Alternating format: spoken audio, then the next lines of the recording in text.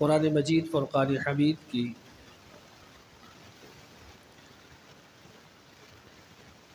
سورہ آل عمران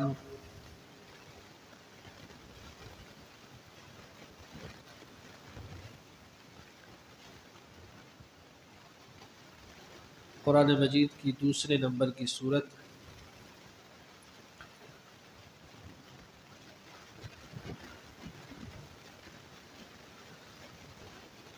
اس کی آیات بینات ترجمہ اور تفسیر کے ساتھ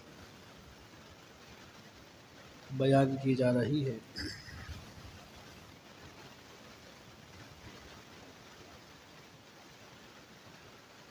گزشتہ جمعۃ المبارک میں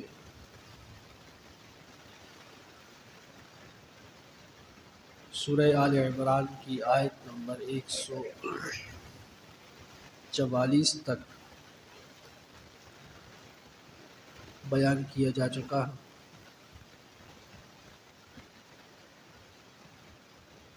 آج انشاءاللہ العزیز سورہ آل عمران کی آیت نمبر 145 سے آغاز کیا جائے گا۔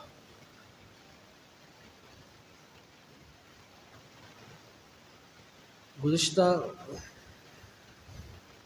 آیات بینات میں اللہ تعالی نے غزوہ احد کا جو واقعہ وقوع پذیر ہوا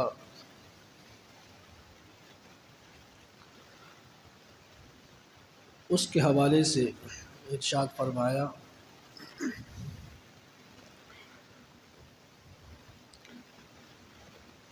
کہ غزوہ احد میں جب سرکار دو عالم صلی اللہ علیہ وسلم کی شہادت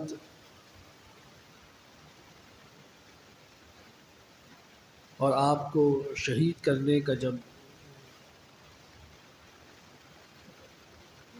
خبر پھیلائی گئی اور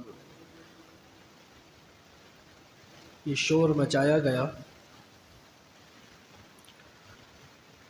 تو اس پر بہت سے اہل ایمان جو ہے ان کے حوصلے اس پر پست ہوئے۔ بہت سے لوگ یہ کہنے لگے کہ محمد رسول اللہ صلی اللہ علیہ وسلم جن کے ساتھ ہم یہاں میدان جہاد میں آئے تھے اور ان کے لیے ہم قتال کر رہے تھے، لڑ رہے تھے، تو اب تو وہ شہید ہو گئے، تو لہٰذا اب ہم کس کے لیے لڑیں گے؟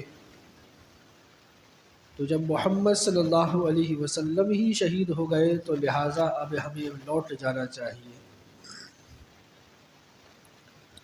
کچھ لوگوں کا یہ خیال، اور اس وقت پھر میدان احد کے اندر ایک افراتفری کا ماحول پیدا ہوا، مختلف آراء اور لوگوں کے مختلف اعمال سامنے آئے، تو اس پر اللہ تعالی نے سورہ آل عمران کی یہ آیات بینات نازل فرمائی کہ محمد صلی اللہ علیہ وسلم جو ہے وہ اللہ کے رسول ہیں۔ اللہ تعالی نے نبوت اور رسالت کے ساتھ ان کو دنیا میں مبعوث فرمایا، اور وہ ایک وقت مقررہ تک دنیا میں ظاہری حیات کے ساتھ رہیں گے، اور اس کے بعد پھر جس طرح سابقہ انبیاء دنیا سے تشریف لے گئے تو محمد رسول اللہ صلی اللہ علیہ وسلم بھی دنیا سے تشریف لے جائیں گے۔ تو اللہ تعالی نے فرمایا کہ کیا اگر محمد صلی اللہ علیہ وسلم اگر دنیا سے وفات پا جائیں گے یا ان کو شہید کر دیا جائے گا تو کیا تم اللہ کا دین چھوڑ کر واپس کفر کی طرف لوٹ جاؤ گے؟ اس لیے کہ دین تو اللہ تعالیٰ کا ہے، اس کو لوگوں تک پہنچانے والے رسول اللہ صلی اللہ علیہ وسلم ہیں۔ دین رسول اللہ کا نہیں ہے، دین کے داعی حضور علیہ الصلاۃ والسلام ہے، یعنی دین کی دعوت دینے والے اللہ کے رسول ہیں۔ دعوت تو اللہ تعالیٰ کی ہے، دین تو رب ذوالجلال کا ہے، اور اللہ کے رسول جس دین کی دعوت دے رہے ہیں اور یہ دین جس کا ہے اس کو تو نہ موت آنی ہے نہ وہ فنا ہونا ہے اس کو۔ تو اللہ تعالی نے فرمایا کہ کیا محمد صلی اللہ علیہ وسلم اگر شہید کر دیے گئے یا وفات پا گئے تو کیا تم واپس اپنی ایڑیوں کے بل لوٹ جاؤ گے؟ اللہ تعالی نے فرمایا کہ اگر بالفرض تم اگر اپنی ایڑیوں کے بل لوٹ بھی گئے تو اس میں اللہ تعالی کا کوئی نقصان نہیں ہے۔ اللہ رب العزت کو کوئی اس سے کمی واقع نہیں ہوگی، بلکہ یہ تمہارے لیے نقصان ہے۔ اللہ تعالیٰ تو نیکوکاروں کو اجر عظیم عطا فرمانے والا ہے۔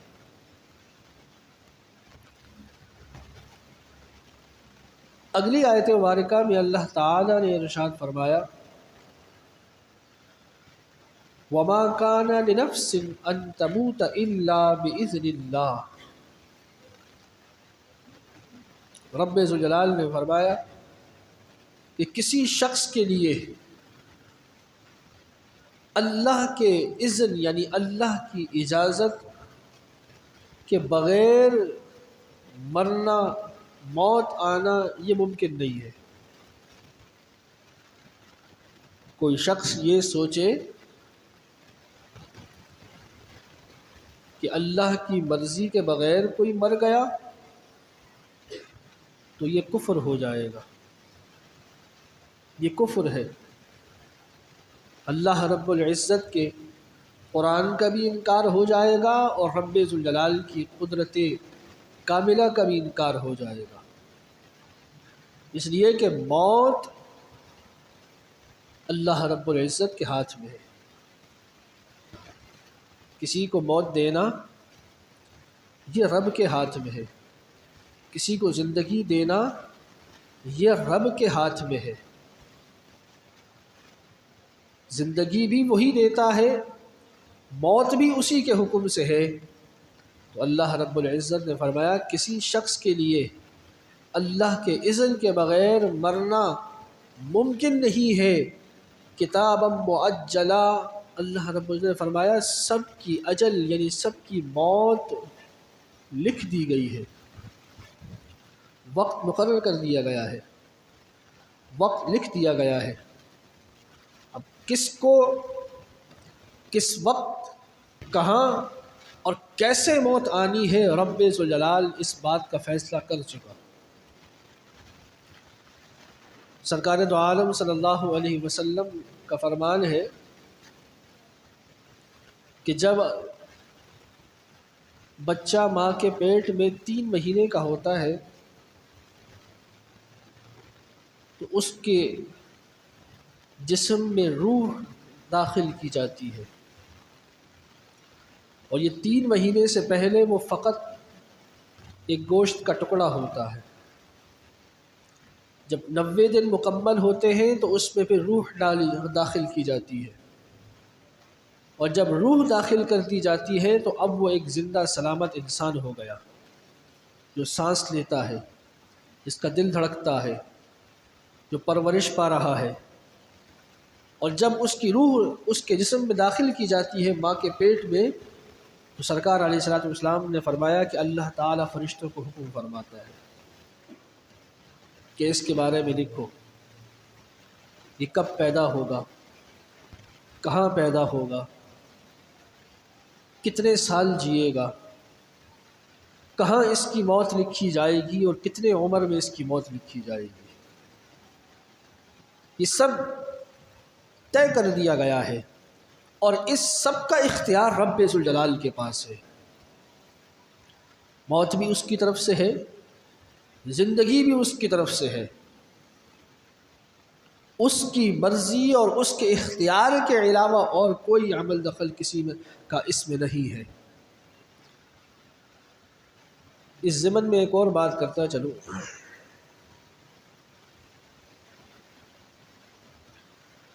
کہ یہ سارے اختیار اللہ رب العزت کے ہیں، اس میں کسی کی کوئی دوسری رائے نہیں، اس کی کوئی دو رائے نہیں کسی کی۔ احادیث میں بھی اس بات کا تذکرہ آتا ہے کہ انسان جب صدقہ دیتا ہے اللہ رب العزت کی رضا کے لیے، تو اس صدقے سے انسان کی جو زندگی ہے، عمر ہے، وہ بڑھا دی جاتی ہے۔ وہ کیا ہوتی ہے؟ بڑھ جاتی ہے، عمر میں اضافہ ہو جاتا ہے۔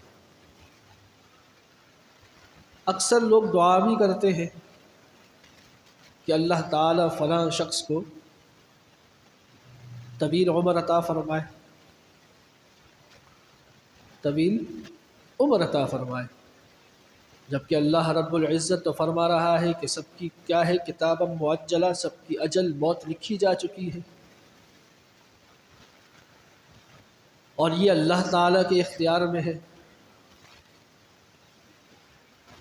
سب کی زندگی بھی اللہ کے اختیار میں ہے، سب کی موت بھی اللہ کے اختیار میں ہے۔ تو پھر کوئی شخص یہ کہے کہ جناب جب سب کچھ اللہ کے اختیار میں ہے تو پھر کوئی بندہ اس میں کس طرح عمل دخل کر سکتا ہے؟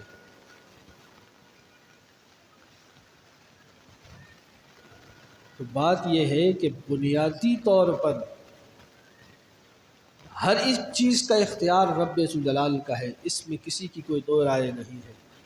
جو شخص اس کا منکر یا انکار کرنے والا ہوگا دائرہ اسلام سے خارج ہے، مسلمان نہیں ہو سکتا۔ اب یہ جو بات ہوتی ہے نا کہ کوئی شخص کسی کے لیے دعا کرتا ہے کہ اس کو طویل عمر مل جائے، یا ایک شخص کوئی صدقہ کرتا ہے یا کوئی نیک عمل کرتا ہے تو اس کی برکت سے اس کی جو عمر بڑھا دی جاتی ہے، یا یہ بھی روایات میں موجود ہے، احادیث میں موجود ہے کہ سرکار دو عالم صلی اللہ علیہ وسلم نے فوت ہونے کے بعد کچھ لوگوں کو دوبارہ سے زندگی عطا فرمائی اور وہ زندہ ہوئے، یا حدیث میں موجود ہے۔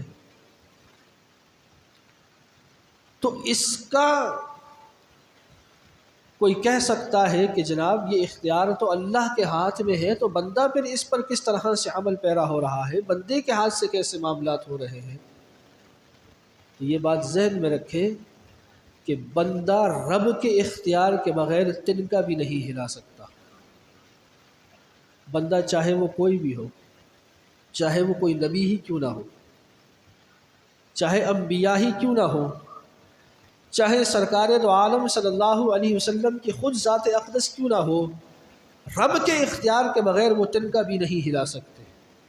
یہ ہمارا اہل سنت کا عقیدہ ہے، اور اس کو اپنی عقل کے اندر بٹھا لے یہ بات کہ اللہ رب العزت کے اختیار اور مرضی کے بغیر کوئی بھی شخص ایک بڑی سے بڑی چیز تو بہت دور کی بات ہے، تنکا بھی نہیں ہلا سکتا۔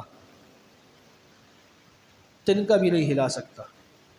جو کچھ ہوتا ہے سب رب کی مرضی سے ہوتا ہے۔ یہ ہمارا بنیادی عقیدہ ہے اللہ تعالیٰ کے اختیار کے حوالے سے۔ پھر اللہ تعالیٰ جس کو چاہتا ہے اذن عطا فرماتا ہے، جس کو چاہتا ہے اللہ تعالیٰ پھر یہ انداز عطا فرماتا ہے۔ تو اگر کوئی کام سرکار دو عالم صلی اللہ علیہ وسلم کے ذریعے سے ہو رہا ہے، کرنے والی ذات اللہ کی ہے۔ چاہے کوئی بزرگ یا کوئی ولی کوئی کام کر رہا ہے، لیکن اصل میں کرنے والی ذات اللہ کی ہے۔ اللہ رب العزت کے اختیار اور مرضی اور اس کے دیے ہوئے عطا سے کے بغیر کوئی شخص ایک تنکا ایک ذرہ بھی نہیں ہلا سکتا کائنات میں۔ یہ مسلمہ عقیدہ ہے، اور اگر کوئی اس کے خلاف کوئی عقیدہ اور سوچ رکھتا ہے تو وہ اللہ تعالیٰ کی قدرت کاملہ کا منکر ہو کر دار اسلام سے خارج ہے۔ یہ ذہن میں رکھا جائے۔ کوئی مسلمان اس قسم کا عقیدہ نہیں رکھ سکتا کہ جناب اللہ کو ہٹا کر کوئی اپنی مرضی سے کوئی کام کر سکتا ہے، قطعاً نہیں کر سکتا، حتیٰ کہ سرکار دو عالم صلی اللہ علیہ وسلم بھی نہیں کر سکتے رب کی مرضی کے بغیر۔ تو اس لیے یہ جو ایک بات عام طور پر کی جاتی ہے کہ جناب فلاں شخص جو ہے وہ یہ کام کیسے کر سکتا ہے، فلاں جو ہے وہ یہ کیسے کر سکتا ہے، فلاں یہ کیسے کر سکتا ہے، فلاں نہیں کرتا۔ کرنے والی ذات کون ہے؟ اللہ کی۔ فلاں نہیں کرتا۔ جو کچھ کائنات میں دنیا میں ہو رہا ہے سب اللہ رب العزت کی مرضی سے ہو رہا ہے۔ اور یہ پچھلے دنوں میں سورہ بقرہ کی تفسیر میں یہ تفصیل کے ساتھ بیان کر چکا ہوں کہ دنیا میں چاہے کوئی اچھا کام ہوتا ہے یا برا کام ہوتا ہے سب اللہ کی طرف سے ہوتا ہے۔ سمجھ رہے ہیں؟ اب اس میں مفسرین اور محدثین نے بیان فرمایا کہ اب اللہ رب العزت کی شان اور اللہ تعالیٰ کی ذات اقدس کا احترام اس میں ہے کہ دنیا بھر میں جو کام اچھے ہو رہے ہیں اس کو انسان اللہ کی ذات سے منسوب کرتا ہے۔ کوئی بھی اچھا کام دنیا میں ہو رہا ہے تو انسان کو یہی چاہیے کہ وہ اللہ تعالیٰ کی طرف منسوب کرے کہ یہ اللہ تعالیٰ کی طرف سے ہے۔ اور اگر کوئی برا کام ہو رہا ہے، کوئی غلط کام ہو رہا ہے، تو پھر انسان کو اس کام کی نسبت اپنے نفس کی طرف، شیطان کی طرف کرنی چاہیے۔ دنیا میں بہت سے انسان ہیں نیک کام کر رہے ہوتے ہیں، وہ بھی اللہ کی طرف سے ہے۔ بہت سے برے کام ہو رہے ہوتے ہیں، ان کاموں کا بھی خالق اللہ ہے، لیکن اس کی نسبت اللہ کی طرف نہیں کی جا سکتی۔ یہ رب کی بارگاہ کے ادب کے خلاف ہے، بارگاہ کے اللہ تعالیٰ کی ذات کی ادب کے خلاف ہے۔ تو کوئی اچھا کام ہو رہا ہے وہ بھی رب کی طرف سے ہے، برا کام ہو رہا ہے وہ بھی رب کی طرف سے ہے، اس کی نسبت اللہ کی طرف نہیں کی جا سکتی۔ اچھے کام کی نسبت اللہ کی طرف کی جائے گی، برے کام کی نسبت انسان اپنے نفس اور شیطان کی طرف کرے گا۔ اس لیے کہ شیطان کا خالق بھی تو اللہ ہے نا، ہے یا نہیں؟ کسی کو کوئی شک ہے؟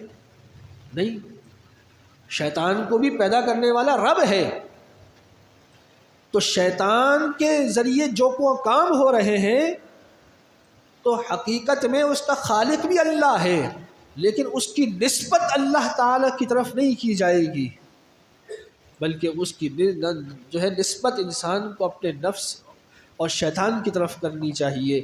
یہ اللہ تعالیٰ کے بارگاہ کا، اس کی ذات کا ادب ہے۔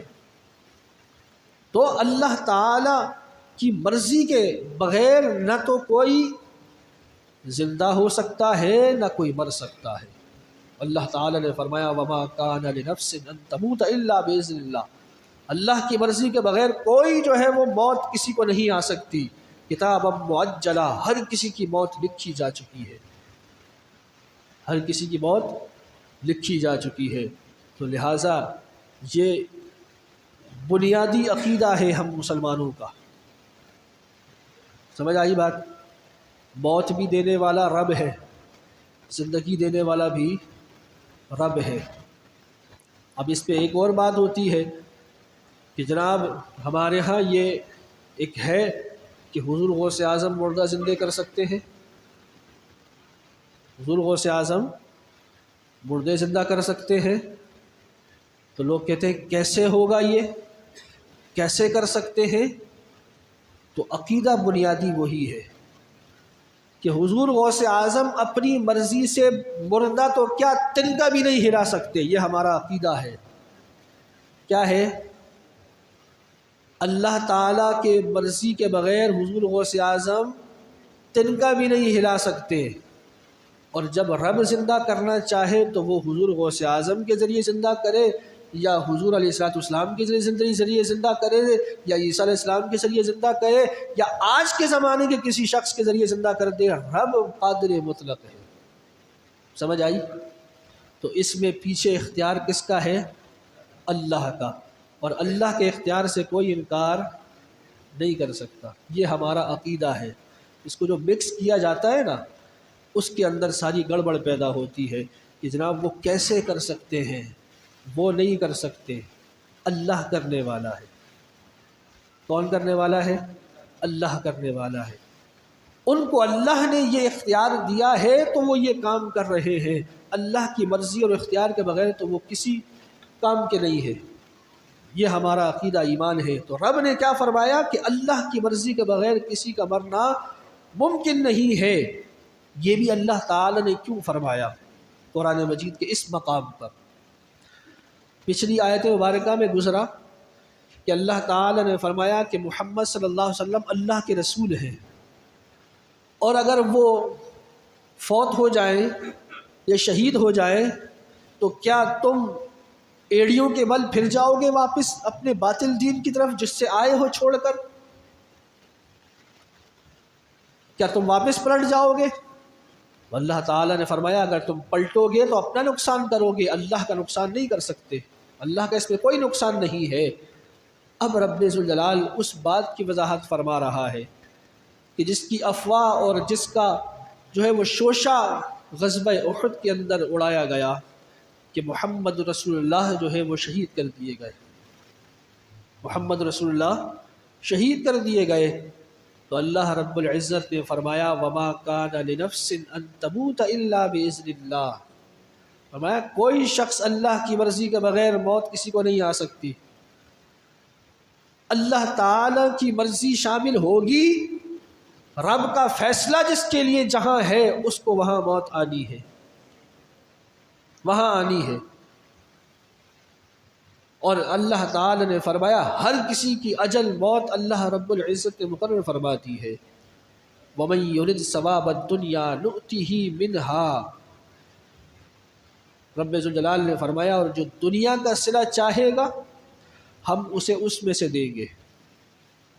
وَمَن يُرِدْ ثَوَابَ الْآخِرَةِ نُؤْتِهِ مِنْهَا، اور فرمایا کہ جو آخرت کا اجر چاہے گا ہم اس میں سے اس کو عطا فرمائیں گے۔ جس کی جیسی نیت ویسا اس کے ساتھ معاملہ کیا جائے گا۔ اس لیے کہ احد کے معرکے کے اندر، غزوہ احد میں جو یہ ساری جو نفس نفسی کا عالم پیدا ہوا اور یہ سارا جو کچھ ماحول وہاں ہوا، اس کی وجہ بنیادی طور پر یہ بنی کہ ان 50 افراد کو اللہ کے رسول نے جن کو مقرر فرمایا تھا انہوں نے اپنے مقام کو چھوڑا۔ اور کیوں چھوڑا؟ کہ یہ جو میدان جہاد میں جو مال غنیمت بکھرا ہوا تھا انہوں نے کہا کہ اس کو سمیٹا جائے، تو وہ مال غنیمت کی وجہ سے اس مقام کو چھوڑ کر جب اپنی جگہ سے ہٹے تو پھر اللہ تعالیٰ نے ان کو آزمائش میں مبتلا کر دیا، ان کو اللہ تعالیٰ نے وقتی طور پر مصیبت میں مبتلا کر دیا، ان پر آزمائش ڈال دی۔ تو اللہ تعالیٰ نے فرمایا کہ جو دنیا کا ارادہ رکھتا ہے، جو دنیا کا فائدہ حاصل کرنا چاہتا ہے ہم اس کو اس میں سے دے دیتے ہیں۔ اور وَمَن يُرِدْ ثَوَابَ الْآخِرَةِ اور جو آخرت کا اجر اللہ سے چاہتا ہے تو ہم اس کو پھر اس میں سے دیتے ہیں۔ اس لیے حدیث قدسی میں ہے کہ اللہ رب العزت نے فرمایا انا عبدی ظنی بی، فرمایا کہ اللہ تعالیٰ اپنے بندے کے گمان کے مطابق اس کے ساتھ معاملہ کرتا ہے۔ جو دنیا کے حصول کے لیے دوڑتا ہے اس کو پھر دنیا مل ہی جاتی ہے، اور جو اللہ کی رضا کے لیے کوشش کرتا ہے تو اس کو پھر اللہ رب العزت کی رضا مل جاتی ہے۔ اللہ نے فرمایا کہ جو دنیا کا ارادہ کرتا ہے تو ہم اس کو اس میں سے دیتے ہیں، جو آخرت کے اجر کا ارادہ کرتا ہے ہم اس کو اس میں سے دیتے ہیں۔ وَسَنَجْزِي الشَّاكِرِينَ، اور اللہ نے فرمایا ہم ان قریب شکر کرنے والوں کو جزا دیں گے۔ جو اللہ تعالیٰ کی مرضی پر شاکر ہیں، صابر ہیں، شکر کرنے والے ہیں، ان کے لیے اللہ کے ہاں بہترین جزا ہے۔ آگے رب ذوالجلال نے فرمایا وَكَأَيٍّ مِّن نَّبِيٍّ قَاتَلَ مَعَهُ رِبِّيُّونَ كَثِيرٌ،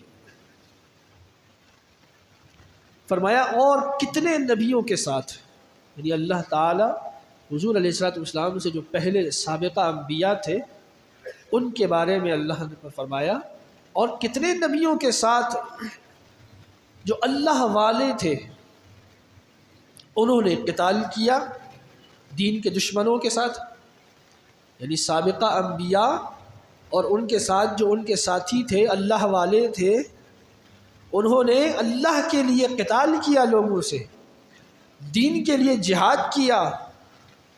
فما وہنوا لما اصابہم فی سبیل اللہ، اللہ تعالی نے فرمایا تو اللہ کی راہ میں انہوں نے مصائب اٹھائے، ان کو پریشانیاں پہنچی، ان کو تکلیفیں پہنچی، اور اس تکلیف اور اس مصائب کی وجہ سے وما ضعفوا وما استکانوا، نہ تو وہ ضعیف یعنی کمزور پڑے اور نہ وہ سست ہوئے۔ اللہ تعالیٰ سرکار دو عالم صلی اللہ علیہ وسلم کے جو صحابہ تھے، جو میدان احد کے اندر جو وقتی طور پہ جو آزمائش پہنچی اور وہ جو نقصان ہوا اس پر بڑے افسردہ ہوئے تھے، تو اللہ تعالیٰ ان کی ڈھارس بنانے کے لیے سابقہ انبیاء اور امتوں کی مثال دینے لگا۔ اللہ نے فرمایا کہ پہلی امتوں میں جو انبیاء کے ساتھ جہاد کرنے والے تھے ان کو بڑی مصیبتیں پہنچی، بڑی ان کو آزمائشیں پہنچی، لیکن وما ضعفوا، وہ کمزور نہیں پڑے، نہ وہ سست پڑے، نہ وہ کسی سے دبے، نہ ان کے اندر کوئی کمزوری آئی، وہ اللہ کے دین پر ڈٹے رہے اور وہ صابر و شاکر رہے۔ رب ذوالجلال نے فرمایا واللہ یحب الصابرین، اور اللہ جو ہے وہ صبر کرنے والوں سے محبت کرتا ہے، ان کو پسند کرتا ہے، جو اس کے دین پر ہر حال میں استقامت رکھتا ہے تو اللہ تعالی نے فرمایا پھر اللہ تعالی ان کو پسند کرتا ہے، ان سے محبت کرتا ہے، اور پھر ان کی نشانیاں کہ اللہ نے بیان فرمائی، فرمایا وما کان قولہم الا ان قالوا ربنا اغفر لنا ذنوبنا، اور یہ لوگ جو اللہ تعالی کی آزمائش پر صابر رہتے ہیں نا اور مستقل مزاجی کے ساتھ اس پر استقامت کے ساتھ ڈٹے رہتے ہیں، تو پھر ان کا قول کیا ہوتا ہے کہ اے ہمارے رب ہمارے گناہوں کو بخش دے۔ وہ اللہ تعالیٰ سے یہ دعا کرتے ہیں، ہائے ہائے نہیں کرتے۔ یہ پچھلی بھی 3-4 آیتوں سے پہلے یہ گزرا تھا کہ اللہ تعالیٰ نے فرمایا کہ جب اللہ کے کسی بندے سے کوئی گناہ ہو جاتا ہے یا بے حیائی والا کام ہو جاتا ہے یا کوئی گناہ سرزد ہو جاتا ہے تو وہ کیا کرتا ہے؟ اللہ کا ذکر کرتا ہے اور اللہ تعالیٰ سے اپنے گناہوں کی معافی طلب کرتا ہے، اللہ تعالیٰ اسے بخش دیتا ہے۔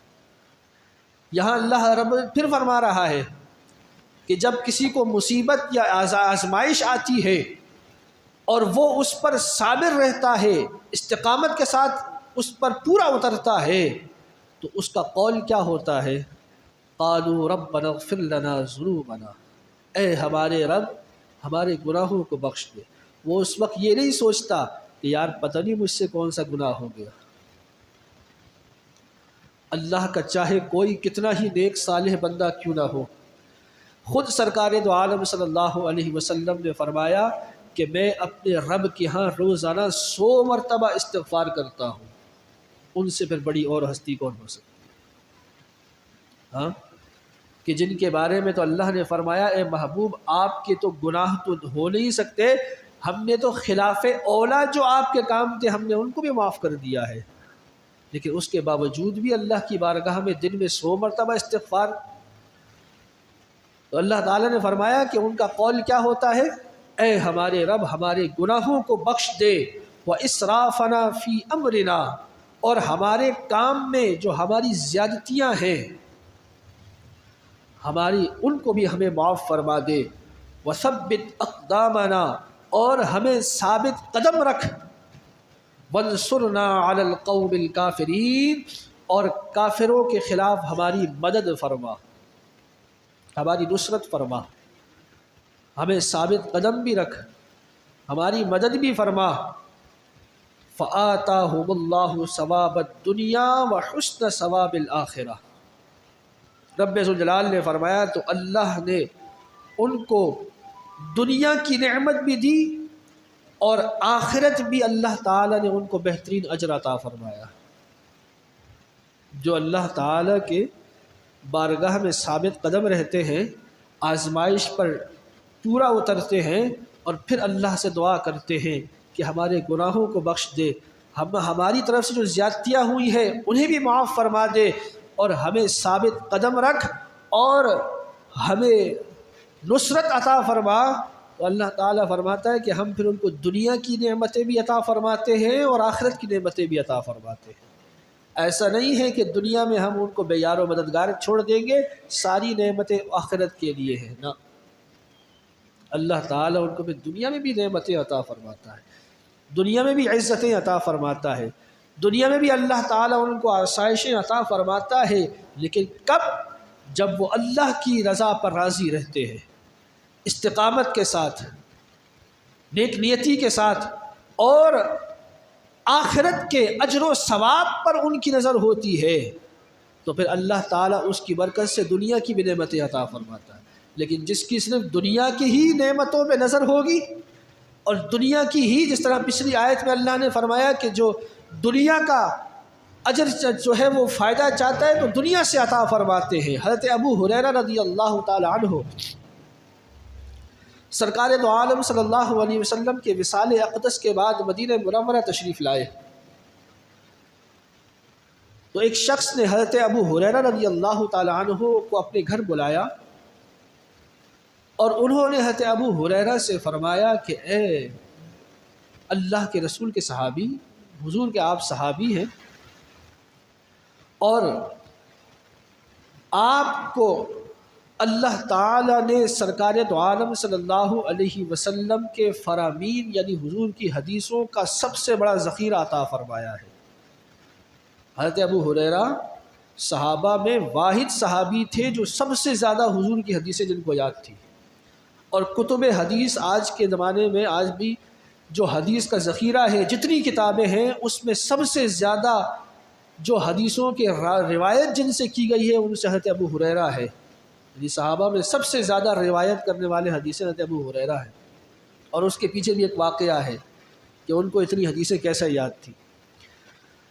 تو اس شخص نے حضرت ابو ہریرہ سے فرمایا کہ آپ مجھے کوئی ایسی حدیث سنائیں کہ جو صرف آپ کو معلوم ہو اور اللہ کے رسول نے آپ کو تنہائی میں سنائی ہو، یعنی اور کسی کے علم میں یہ بات نہ ہو، ایسی حدیث مجھے سنائیں۔ تو حضرت ابو ہریرہ رضی اللہ تعالیٰ عنہ اس کی بات سن کر بے ہوش ہو گئے۔ کچھ دیر کے بعد ہوش میں آئے تو اس شخص نے پھر وہی سوال کیا، فرمایا کہ مجھے کوئی ایسی حدیث سنائیں کہ جو اللہ کے رسول نے آپ کو تنہائی میں سنائی ہو اور آپ نے ابھی تک کسی کو اس بارے میں نہ بتایا ہو۔ انہوں نے یہ بات سنی تو وہ پھر بے ہوش ہو گئے۔ 3 دفعہ اس طرح اس کے سوال پر ابو ہریرہ بے ہوش ہوئے، اور جب دوبارہ اٹھے تو انہوں نے پھر لڑکھڑاتی آواز سے فرمایا کہ تمہیں ایسی بات سناتا ہوں کہ جو اللہ کے رسول نے مجھے تنہائی میں سنائی ہے، اور میں نے آج تک کسی سے بیان نہیں کی، میں نے آج تک کسی سے بیان نہیں کی۔ اور حضرت ابو ہریرہ کا یہ بھی قول موجود ہے، حضرت ابو ہریرہ نے فرمایا کہ مجھے اللہ کے رسول کی جو حدیثیں میرے سینے میں ہیں ان میں سے ایک حصہ میں نے لوگوں میں بیان کیا ہے، فرمایا ایک حصہ ایسا ہے کہ اگر میں لوگوں میں بیان کروں تو لوگ میری گردنیں اتار دیں، مجھے قتل کر دیں۔ ایسی ایسی حدیثیں بھی میرے علم میں ہیں کہ جو اللہ کے رسول نے مجھے بیان فرمائی ہے کہ میں لوگوں کو بیان کروں تو لوگ کیا کریں، مجھے قتل کر دیں، اس لیے کہ وہ لوگوں کی ذہنی سطح کے مطابق ہے ہی نہیں۔ تو حضرت ابو ہریرہ نے فرمایا کہ ایک دفعہ اللہ کے رسول کی بارگاہ میں حاضر تھا، سرکار دو عالم صلی اللہ علیہ وسلم نے فرمایا کہ اللہ تعالیٰ کی بارگاہ میں قیامت کے دن 3 لوگوں کو لایا جائے گا۔ ایک ہوگا جو قاری قرآن ہوگا، جس کو اللہ تعالیٰ قرآن کو علم عطا فرمائے گا، دنیا میں جس کو اللہ نے قرآن کا علم عطا فرمایا، ایک وہ قاری قرآن ہوگا۔ دوسرا شخص وہ ہوگا جس کو اللہ تعالیٰ نے دنیا میں رزق کی، مال کی وسعت عطا فرمائی ہوگی، دنیا میں مالدار بنایا ہوگا۔ تیسرا شخص وہ ہوگا جو اللہ کی راہ میں شہید ہوا ہوگا، یعنی ایک قاری قرآن کو لایا جائے گا، ایک مالدار کو لایا جائے گا، اور ایک شہید کو لایا جائے گا۔ حضرت ابو ہریرہ فرماتے ہیں کہ اللہ کے رسول نے فرمایا کہ پہلے اللہ تعالیٰ اس قاری قرآن سے پوچھے گا کہ کیا میں نے تمہیں قرآن کا علم عطا نہیں فرمایا؟ تو وہ عرض کرے گا اے بار الہ، مجھے تو نے بالکل قرآن کا علم عطا فرمایا۔ تو اللہ تعالیٰ فرمائے گا کہ تو نے اس کا کیا حق ادا کیا؟ میں نے تجھے قرآن کا علم عطا فرمایا، اس کا تو نے کیا حق ادا کیا؟ تو وہ فرمائے گا کہ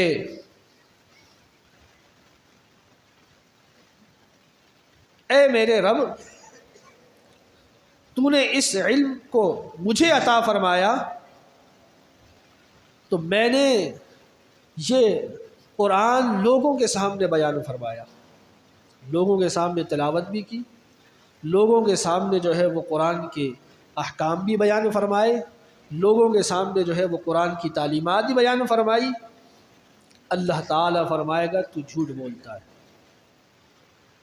اللہ تعالیٰ کیا فرمائے گا؟ تو جھوٹ بولتا ہے۔ فرشتے بھی کہیں گے کہ تم جھوٹ بولتے ہو۔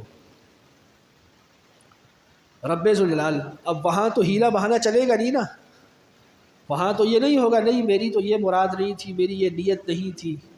وہاں تو رب کے سامنے تو قرآن مجید میں آگے آیات میں آئے گا کہ انسان کے ہاتھ بھی بولیں گے، اس کے پاؤں بھی بولیں گے، اس کی زبان بھی بولے گی، اس کی آنکھیں بھی بولیں گی، اس کے کان بھی بولیں گے۔ اللہ تعالیٰ انسان کے ہر عضو کو، ہر حصے کو زبان عطا فرمائے گا۔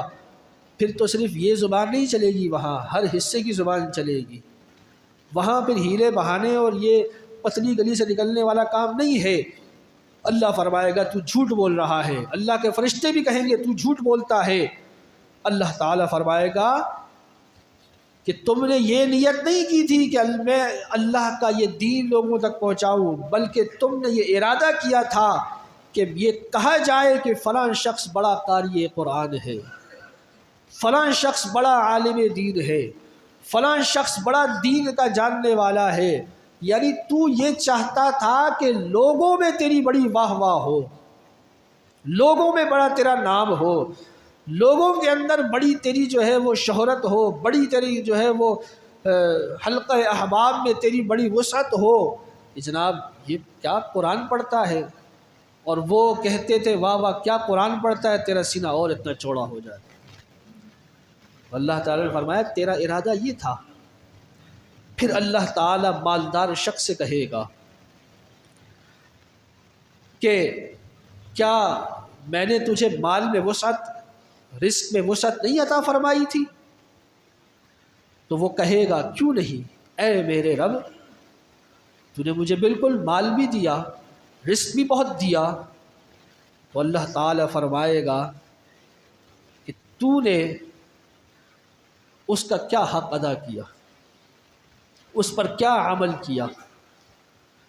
تو وہ کہے گا کہ میں نے رشتہ داروں پر خرچ کیا، میں نے ان کے ساتھ نیک سلوک کیا، میں نے تیری راہ میں صدقہ کیا، میں نے غریبوں کو دیا، میں نے یتیموں کی کفالت کی۔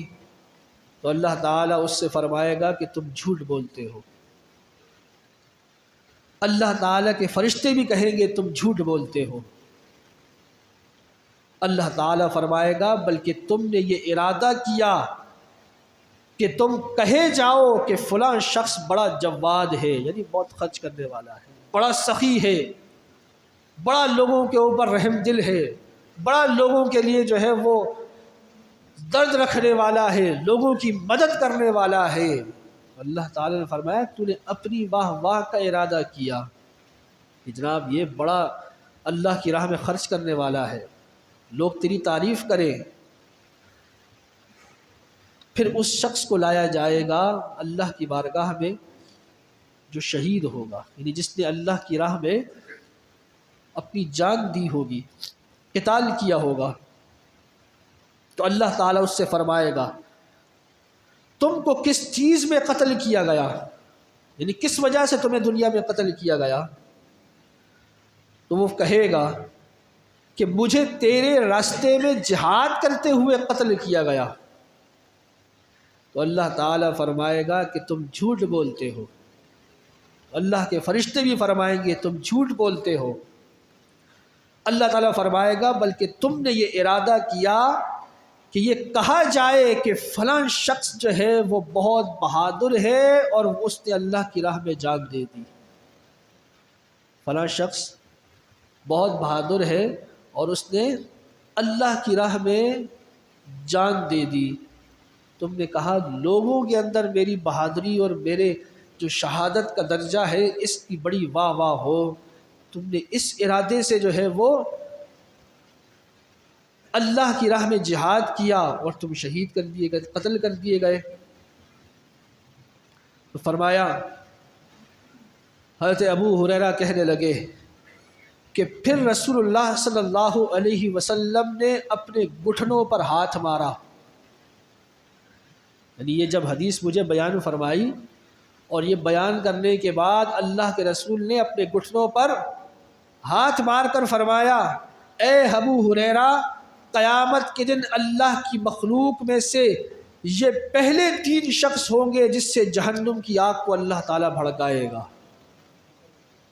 اللہ تعالیٰ جہنم کی آگ کو ان لوگوں سے بھڑکائے گا، یعنی جو دنیا میں دکھتے کچھ ہوں ہوتے کچھ ہوں۔